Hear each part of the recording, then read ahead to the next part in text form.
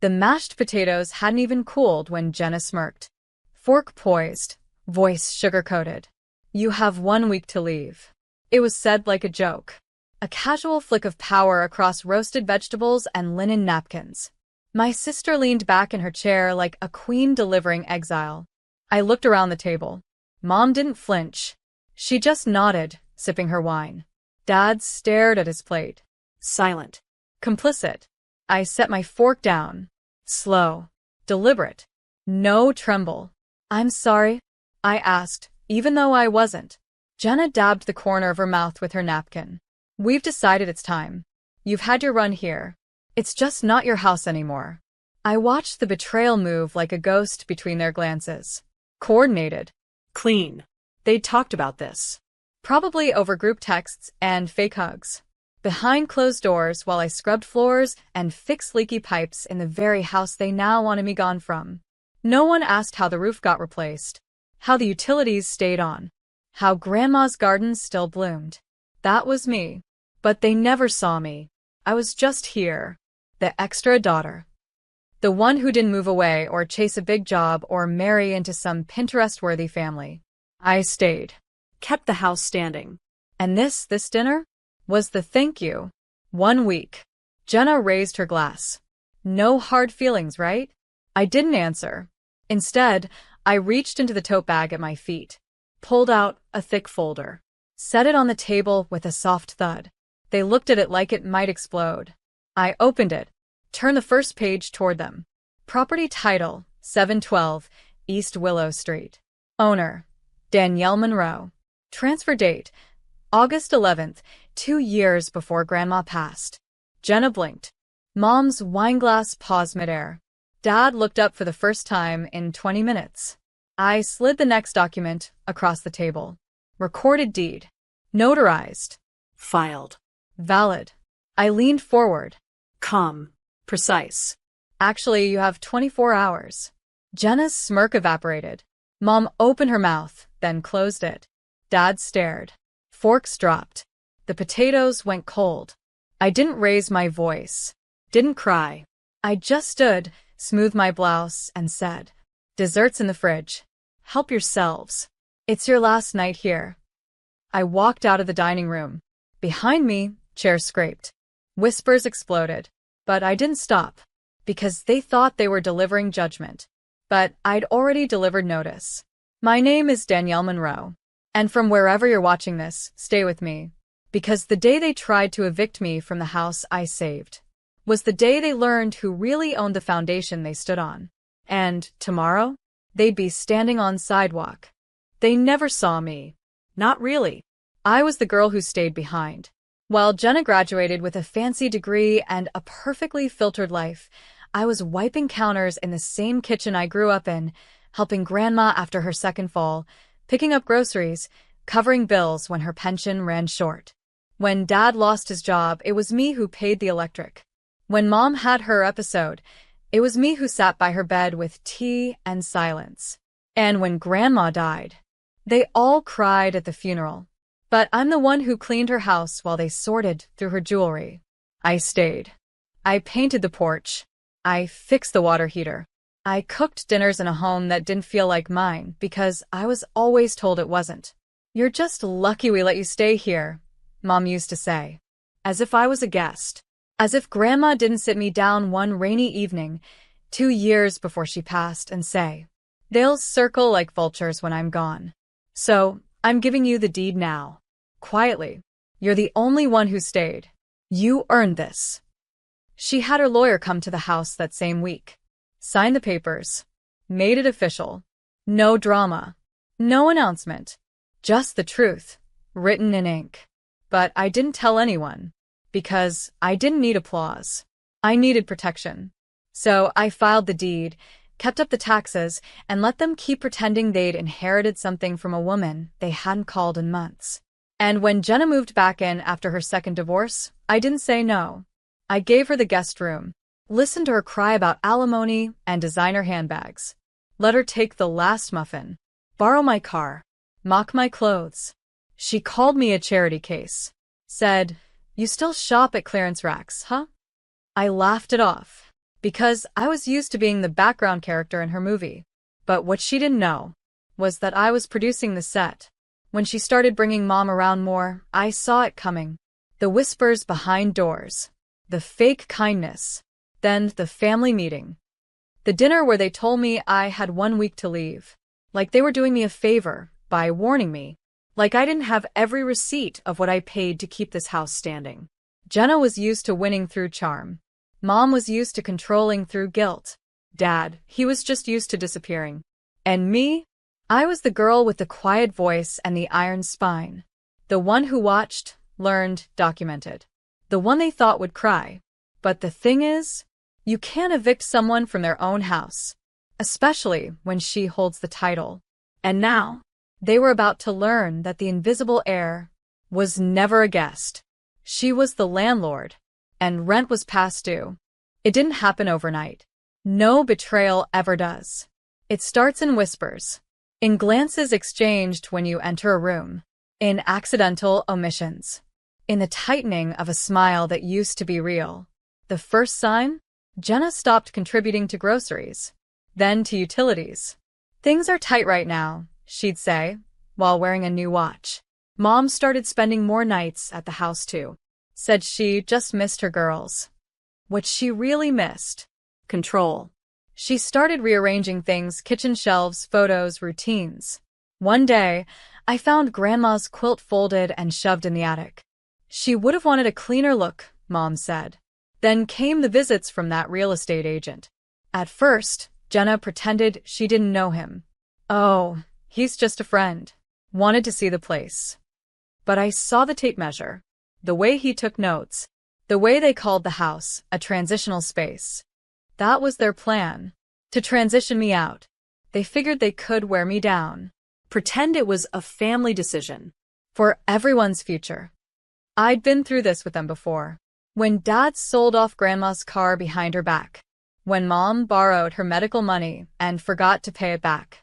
When Jenna promised to care for Grandma after surgery and never showed up. They always came back when it was convenient, when there was something left to take. So I waited, watched, smiled through dinner even when it tasted like manipulation. And then, they pushed. Jenna brought it up at the table like she was offering me a deal. You can take the little apartment over on 5th. We'll help you set up. We. Like they were a unit now. I set my glass down. I live here. I said plainly. Jenna blinked. You've been here. Doesn't mean it's yours. Mom nodded slowly. We just think you'd be happier somewhere smaller. Less burden. I looked at Dad. He didn't even meet my eyes. That's when I knew it was already decided. They were going to claim the house. Sell it maybe. Or move in and hand me a deadline. They didn't expect a fight. I was too quiet. Too agreeable. I was the one who always stepped aside. But not this time. I stood up. Went to my room. Pulled out the folder I'd been saving for 2 years. The deed. The notarized paperwork. The tax receipts. The upgrade contracts in my name. I didn't storm back into the dining room. I returned calmly. Sat down. Let Jenna finish her wine. And then, I opened the folder. Their plan was clean. But mine was signed, sealed, and legal. They thought I was still the extra daughter. But they forgot. I was the one who stayed. The one Grandma chose. And that house was already mine. They just hadn't gotten the memo. Yet. I didn't raise my voice. Didn't scream. Didn't cry. That would have made it easier for them to write me off as emotional, irrational, unstable. No, I used something much colder. Paper. Danielle, what is this? Jenna asked, staring at the deed like it had grown fangs. Her voice had dropped an octave. The smirk was gone. Mom leaned forward. You filed this? I turned the page slowly. Transfer of ownership. Danielle Monroe. Grantor. Margaret Monroe. Witnessed. Notarized. Filed with the county clerk. Grandma had been precise.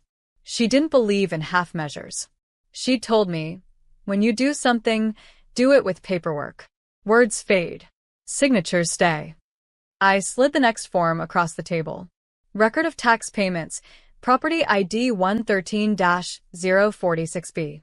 Every payment since the transfer? Made by me. Utilities? My name. Repairs? My card. Jenna started to say something, but I raised my hand, gently. There's one more. I pulled out a manila envelope. Inside, a formal notice to vacate. Occupants without legal right or lease must vacate within 24 hours or be subject to legal removal. Jenna blinked like she'd been slapped. You're evicting us? No, I said quietly. I'm asking you to leave something that was never yours. But you didn't tell us. I didn't owe you an explanation, I replied. This house has stood on my shoulders for 10 years. I was just keeping it warm, until you all tried to burn it down. Mom looked pale. Dad finally spoke. Sweetheart, let's not make this permanent. I turned to him slowly.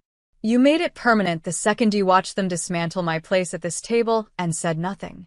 The silence was louder than any yelling could have been. They stared at the papers like they couldn't read English. But they knew exactly what they meant. Jenna stood abruptly.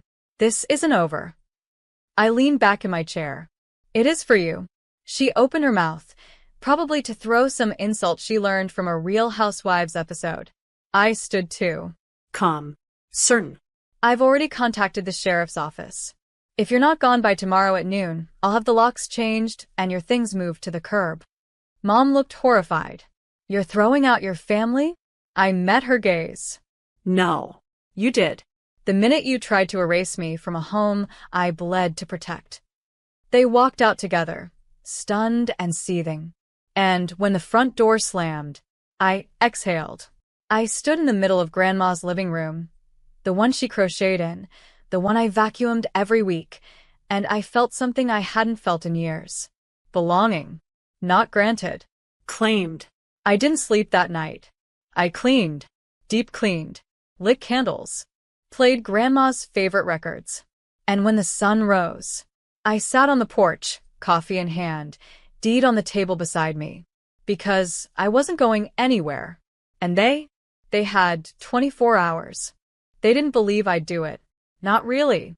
Not Jenna, who always got her way with tantrums dressed as monologues. Not Mom, who could cry guilt like a faucet. Not Dad, whose silence they mistook for diplomacy. But at 8 a.m. sharp, the locksmith arrived. He was early. I'm not changing the locks just yet, I said, sipping my coffee. They've got until noon. He nodded. You want me to wait in the truck? No, I said with a smile. You're my insurance policy. Park out front. At 8:23 a.m., Jenna showed up. Hair in a bun. Sunglasses on. Phone pressed to her ear like a weapon. I'm calling a lawyer. I handed her a copy of the deed. Again. Have them read this, I said. And make sure they can explain the part about trespassing. She yanked open the front door, the one she no longer had a right to touch, and stormed in. 10 minutes later, Mom arrived in a bathrobe and fury. You can't do this, Danielle. I leaned on the porch rail. I already did. But we're family. Then you should have treated me like it. She walked right past me into the house. The packing began in rage. Jenna slammed drawers. Mom shouted about heirlooms. I stayed outside. The neighbors peeked from behind curtains. Some waved. They'd seen me mow this lawn every weekend. Fix the siding. Carry groceries for Grandma before she passed. They knew. At 10:41 a.m., Dad showed up. Alone. Quiet. He walked up the steps, didn't say anything for a while. Then, you really filed all that paperwork? I nodded. She gave it to me 2 years before she died, I said. Said she knew they'd try this. He sighed. She always did trust you more. Then why didn't you? He didn't answer, just looked down at his shoes. I handed him a box of his old records from the den. Noon, I said. Not 1 minute after. He nodded. Didn't argue. At 11:58 a.m., they were all outside. Boxes stacked. Rage brewing. Mom tried once more. Where are we supposed to go? You didn't ask me that when you were pushing me out, I replied. You just said I'd be happier elsewhere. I looked at Jenna. How's elsewhere sound to you now? The locksmith stepped up, toolkit ready. I turned the key one last time. The door clicked shut. New locks turned in place. And just like that, the house was mine again. All mine. No ghosts pacing the hall. No judgment in the kitchen. No footsteps stealing Grandma's peace. They stood on the lawn like strangers, blinking in the daylight of their own downfall. I didn't wave. I didn't threaten. I just stood at the window and watched. Because sometimes revenge isn't fire. It's eviction. And theirs was long overdue. 3 days after the locks clicked shut, Jenna filed a complaint. She claimed I forged the deed. That Grandma wasn't in her right mind when she transferred ownership. That I manipulated her. The court clerk dismissed it before it even made it to a hearing. The signatures were clean. The notary was long-standing. The records matched every tax payment. I didn't need to fight. The truth had already done that for me. The only call I got from Jenna after that? A voicemail. You'll regret this. You're going to end up alone. I didn't delete it. I saved it. As a reminder of how small people get when they lose control over you. Mom didn't call at all. But I did get an envelope in the mail a week later. No return address. Inside was a torn photo. Me as a child on Grandma's lap. Both of us smiling in the garden. Ripped down the middle. Message received. Dad was quieter. I got a birthday card in the mail. No note. No name. Just a gift card to the same coffee shop Grandma used to take me to. I sat with that one a little longer. Because even silence can carry weight. Meanwhile, I rebuilt. I repainted the hallway walls. Replanted Grandma's roses. Turned the guest room into a reading nook. The formal dining room into a workspace. I didn't fill the silence with noise. I filled it with purpose. For the first time in years, the house felt like mine, not because of paperwork. Because of peace. One evening, the neighborhood association dropped off a welcome package, even though I'd lived there for over a decade. A card was tucked inside. We always thought it was yours anyway. Glad it's official now. I smiled. Not because they said it, but because I no longer needed anyone to. Jenna, from what I heard, moved into a condo with her third fiancé. Apparently, he owns a crypto startup. Or something. She tried launching a podcast. It fizzled. Mom started freelancing as an interior decorator. Used photos of Grandma's house, my house, in her online portfolio. I sent a cease and desist. Dad stopped showing up altogether. Somehow, that part hurt the least. Because I stopped expecting a man who never showed up in the first place. One day, I sat on the porch with a cup of coffee, watching the light hit the steps just like it used to when Grandma sat there with me in spring. And I realized something. I wasn't mourning them. I was mourning the idea of them. The illusion that if I just gave enough, they'd finally treat me like I belonged. But I do belong. I always did. They just didn't see it because they were too busy looking in the mirror. Now, I didn't need their reflection. I had built my own. One made of bricks, roots, and silence that finally felt like freedom. 6 months later, I hung a sign on the newly painted porch. Monroe Studio and Design, by appointment only. It wasn't just a home anymore. It was a business. A legacy. An answer to the question they never thought I could ask. What if I stopped surviving and started building? Clients came slowly at first. Local artists. Boutique owners. A teacher who needed help redesigning her reading space on a shoestring budget. They didn't care about my degree or lack of one. They cared that I listened. That I created peace with paintbrushes and purpose. That the girl they once called the quiet one had a gift for turning old rooms into sanctuaries. Word spread. Not viral. Not fast. But deep. People came because they heard the energy in my space healed things. The first newspaper piece called me the silent architect of serenity. Another headline read, "She lost her family and found her foundation." I didn't give interviews. I didn't need to. The house spoke loud enough now. I started hosting creative nights, sanctuary sessions, where women brought wine, grief, and dreams too long delayed. We painted. We cried. We rebuilt. Some had been left by lovers. Others abandoned by their own blood. One woman whispered, This place feels like my grandmother's arms. And I knew exactly what she meant. The house had changed. But not out of bitterness. Out of becoming. The kitchen had laughter again. Music played in the mornings. The couch was no longer where my sister scrolled and judged. It was where strangers sat and found softness. One afternoon, I found a sticky note on the front door, written in delicate handwriting. I walked by with my daughter. She asked who lived here. I said, a woman who decided she didn't need permission to stay. I kept that note on my studio wall, not because I needed affirmation, but because every time I looked at it, I remembered the truth. I wasn't the spare daughter. I wasn't the placeholder. I was the foundation. The reason the house never fell. The reason Grandma died knowing her legacy wouldn't be sold to the highest bidder. And now? Now I was more than just a survivor of betrayal. I was a creator, a builder, a woman who stood in the very space they tried to take and turned it into a throne of soft power. I didn't need revenge. I needed walls that didn't echo with resentment. I needed peace that didn't ask me to shrink. And most of all, I needed a future that wasn't tied to anyone's approval. So I built one brushstroke at a time, one contract at a time, one memory overwritten by something better. And in the middle of it all, me. The daughter they forgot, the woman they underestimated. Now the name on every deed, every receipt, every doorbell chime. Monroe. Not just a last name. A rebirth. It was a rainy Thursday afternoon when I heard the knock. 3 soft raps. Not urgent. Not angry. Just tired. I opened the door slowly, half expecting a delivery, maybe a neighbor. But there she stood.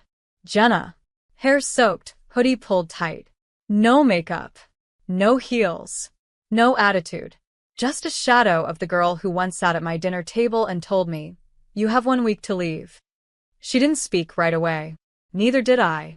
Her eyes scanned the porch, the new sign, the fresh paint, the potted lavender Grandma always loved. Then, softly, "It's beautiful." I stepped aside, but didn't invite her in. She got the message. She stood under the awning, dripping. "I lost the apartment," she said. "The crypto guy? Turns out charm doesn't pay rent." I said nothing. She exhaled. "I was awful to you." Still, I said nothing. I don't even remember why I hated you so much. Maybe because you made staying look stronger than leaving. That one stung. Because it was true. "Mom's been staying with me," she added. "She won't say it, but she misses you. Dad moved in with a cousin. No one talks much anymore." The family fell apart after I left? No. They just finally noticed the glue was gone. I came to ask, her voice cracked. "If there's a way back. For me." I looked her dead in the eye. Calm. Clear. No. She blinked. "Danielle. You said I'd regret this. That I'd end up alone. But I've never been more surrounded by peace. By people who see me. Who pay. Who stay." A tear slipped down her cheek. "I was just scared," she whispered. I nodded. "So was I. And I still chose to be kind. You chose to conquer." She dropped her gaze. I reached behind the door, pulled out a small box. Inside, her old journals, a few earrings, a photo of her and Grandma I found behind the dresser. "I figured you might come eventually." She took the box with shaking hands. "I'm sorry." "I believe you," I said. "But I also remember you." She nodded, stepped back. Then, just before turning away, she said, "You were always the strong one. We just didn't want to see it." I closed the door without a word. Not because I hated her. Because I didn't need her anymore. Not for love. Not for approval. Not even for closure. I stood in my entryway, listening to the soft patter of rain against the windows. Then walked to my studio, lit a candle, picked up a brush, and painted a single line down a blank canvas. The beginning of something new. Because this was the end. Not of the house, but of the hold they had on me. They thought they were cutting me off, that they could evict me from a life they barely understood. But they didn't realize. I was the deed. I was the foundation. I was the key. And now? The door only opens for peace.